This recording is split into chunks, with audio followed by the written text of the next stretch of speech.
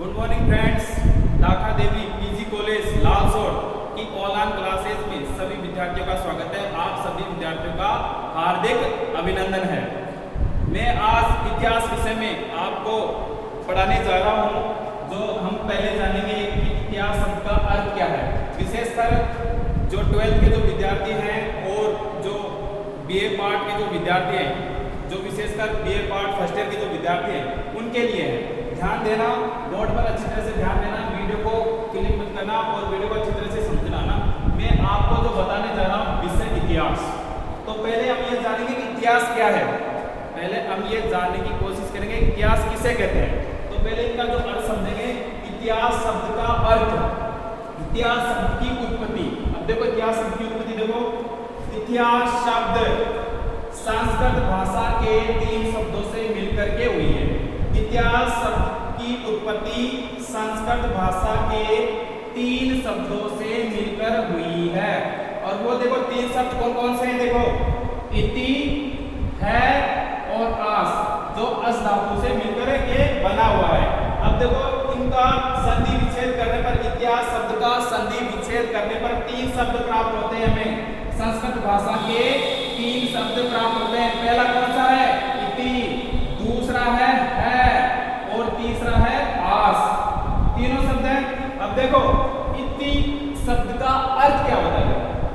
इति शब्द का अर्थ देखो वैसा ही है, वैसा ही है। दूसरा इसका अर्थ बनता है समाप्ति। अब आगे देखो है का अर्थ होता है सचमुच, दैट इज रियली, सचमुच। और आस का अर्थ होता है बोध होना, लगातार ज्ञान होना, बोध होना कहलाता है ना। तो इतिहास शब्द का जो शाब्दिक अर्थ होता है वास्तव में ही, इतिहास शब्द का जो शाब्दिक अर्थ होता है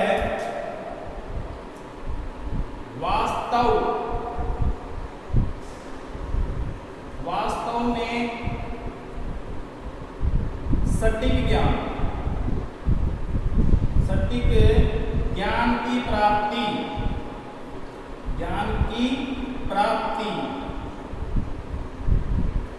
वास्तव में सटीक ज्ञान की प्राप्ति।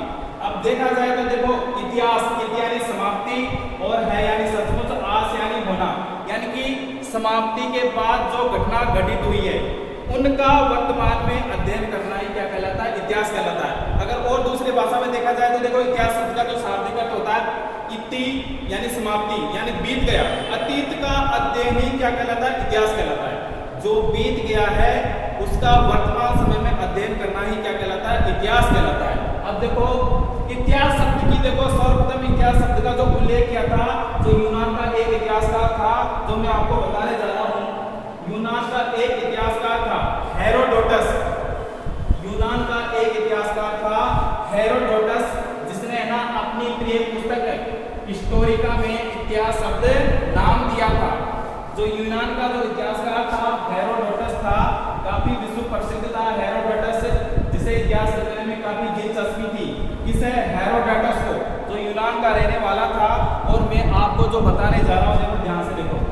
इतिहास शब्द का सर्वप्रथम उल्लेख देखो, इतिहास शब्द का जनक, इतिहास, इतिहास का जनक, का जनक, द फादर ऑफ हिस्ट्री। इतिहास का जनक कौन है? देखो इतिहास का जनक था हेरोडोटस। कौन था? हेरोडोटस था।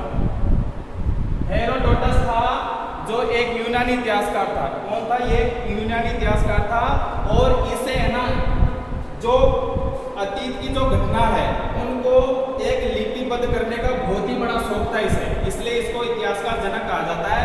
और इसने अपनी प्रिय पुस्तक, इसकी एक पुस्तक थी, इसकी एक पुस्तक थी हिस्टोरिका, हिस्टोरिका, इसकी एक पुस्तक थी हिस्टोरिका,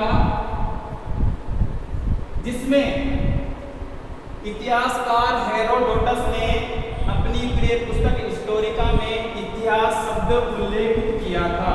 इतिहास शब्द उल्लेखित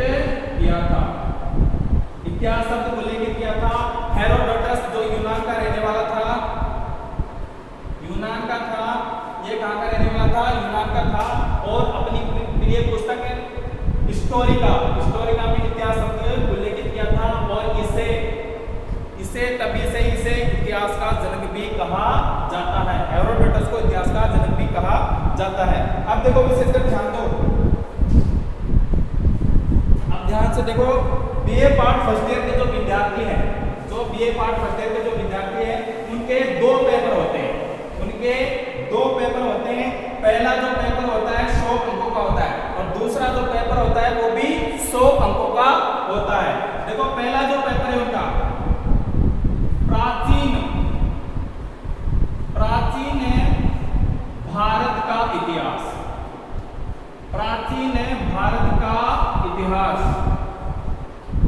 जो उनका जो पहला जो पेपर है, जो बीए पार्ट फर्स्ट ईयर के जो विद्यार्थी है, प्राचीन भारत का इतिहास जो ये चलता है आपका, इनका जो समय है प्रारंभ से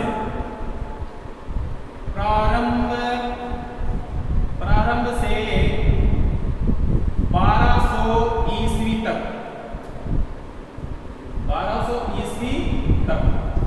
दूसरा जो आपका जो पेपर है वो है राजस्थान का इतिहास।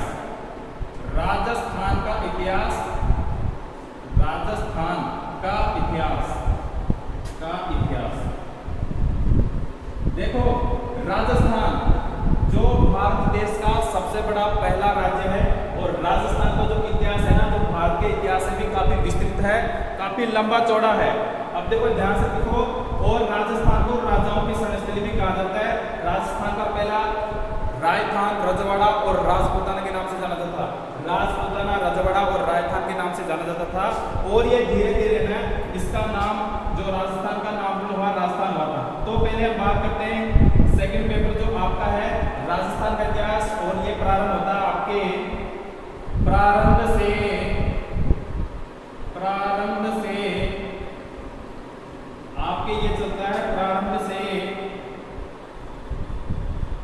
1956 ईस्वी तक चलता है ये आपके, है ना, जो ये आपका सेकंड पेपर है। दोनों ही पेपर समान अंक के हैं, 100 अंकों का ये आपका पहला पेपर है। कौन सा? प्राचीन भारत का इतिहास।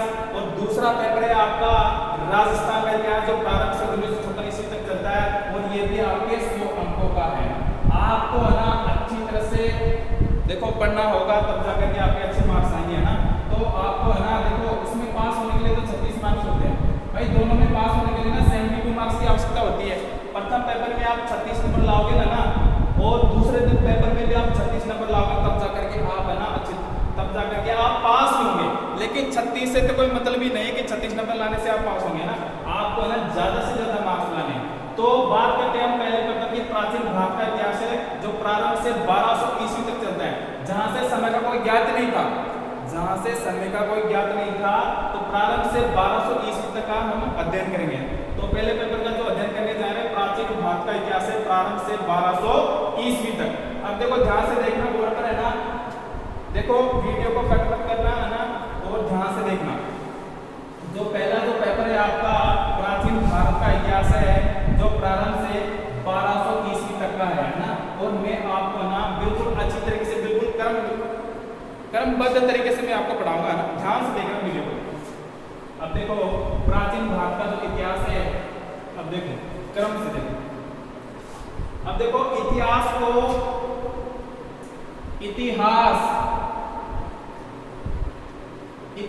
को समझने के लिए, इतिहास को क्रमबद्ध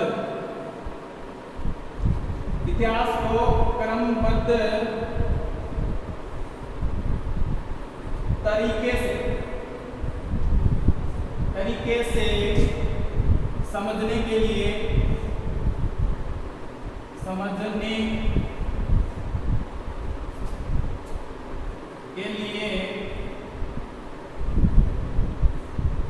इसको 3 भागों में बांटा है।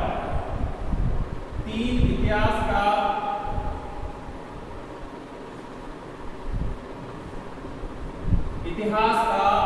तीन भागों में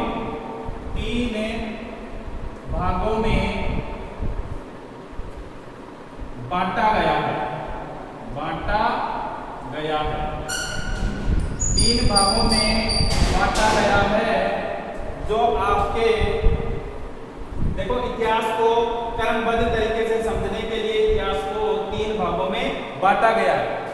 अब देखो मैं आपको बताने जा रहा हूं, देखो ध्यान से सुनना। पहला है आपका जो आपका प्रागैतिहासिक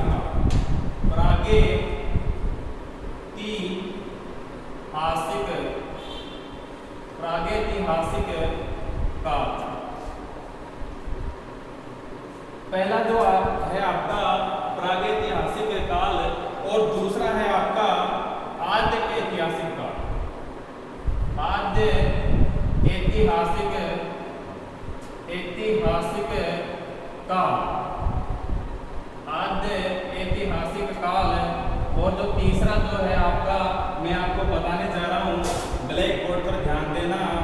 आपका जो तीसरा है ऐतिहासिक काल, ये आपने है ना, जो आपको आपने 12वीं क्लास में पढ़ा होगा, जो इतिहास के जो विद्यार्थी हैं, प्रागैतिहासिक काल है, आद्य ऐतिहासिक काल है, और तीसरा है ऐतिहासिक काल। ऐतिहासिक काल ये ऐसे शब्द है, कई ऐसे विद्यार्थी हैं जो इन शब्दों के बारे में नहीं जानते कि प्रागैतिहासिक काल क्या होता है, आद्य ऐतिहासिक काल क्या होता है और ऐतिहासिक काल क्या होता है। अब देखो ध्यान से सुनना, बोर्ड पर ध्यान देना। प्रागैतिहासिक काल, प्रागैतिहासिक काल किसे कहते हैं? मैंने आपको बताया था कि इतिहास को क्रमबद्ध तरीके से समझने के लिए इतिहास को तीन भागों में बांटा है। देखो पहला है प्रागैतिहासिक काल और दूसरा है आद्य ऐतिहासिक काल और तीसरा है ऐतिहासिक काल। अब बात करते हैं हम प्रागैतिहासिक काल की, ध्यान से सुनना। बात करते हैं हम प्रागैतिहासिक काल की।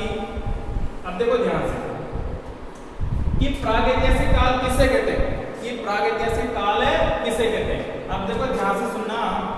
सभ्यता व संस्कृति, प्रागैतिहासिक काल की जो मैं परिभाषा बताने जा रहा हूं आपको, सभ्यता व संस्कृति, सभ्यता व संस्कृति का वह युग, सभ्यता व संस्कृति का वह युग, वह युग। देखो ध्यान से देखो, सभ्यता व संस्कृति का वह युग जिसमें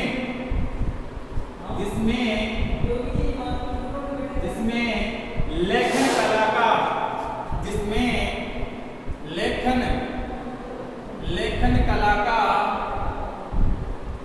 लेखन कला का कोई प्रचलन नहीं था, कोई प्रचलन नहीं था, प्रचलन नहीं था। सभ्यता व संस्कृति का वह युग जिसमें लेखन कला का कोई प्रचलन नहीं था, उस काल को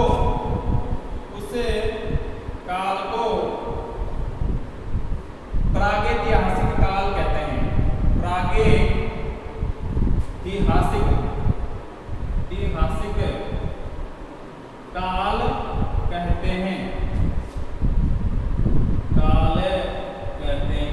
अब देखो आपके एग्जाम में है ना, इससे रिलेटेड आपके 2 नंबर से संबंधित या 4 नंबर से संबंधित क्वेश्चन आता है आपके कि प्रागैतिहासिक काल की परिभाषा क्या है, कि प्रागैतिहासिक काल की परिभाषा क्या है। आपके एग्जाम में 2 नंबर से संबंधित या 4 नंबर से संबंधित आपके एग्जाम में क्वेश्चन आते हैं और आपको ये बताना पड़ता है कि प्रागैतिहासिक काल की क्या परिभाषा है, इसकी क्या डेफिनेशन है।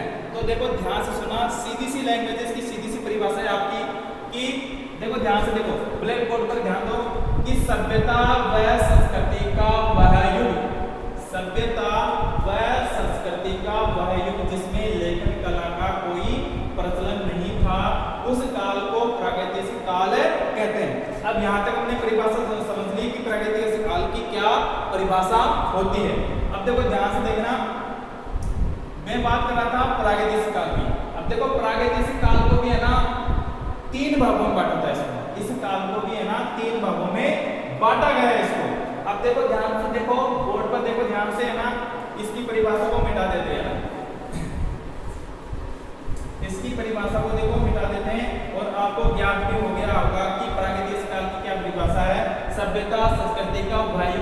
काल में लेखन कला का कोई प्रचलन नहीं था, अर्थात उस काल में जो मानव था, जो मनुष्य था, जिस काल में मानव का जो प्रादुर्भाव हुआ था, उस काल की बात है कि उस काल के मानव बिल्कुल असभ्य था, बर्बर था।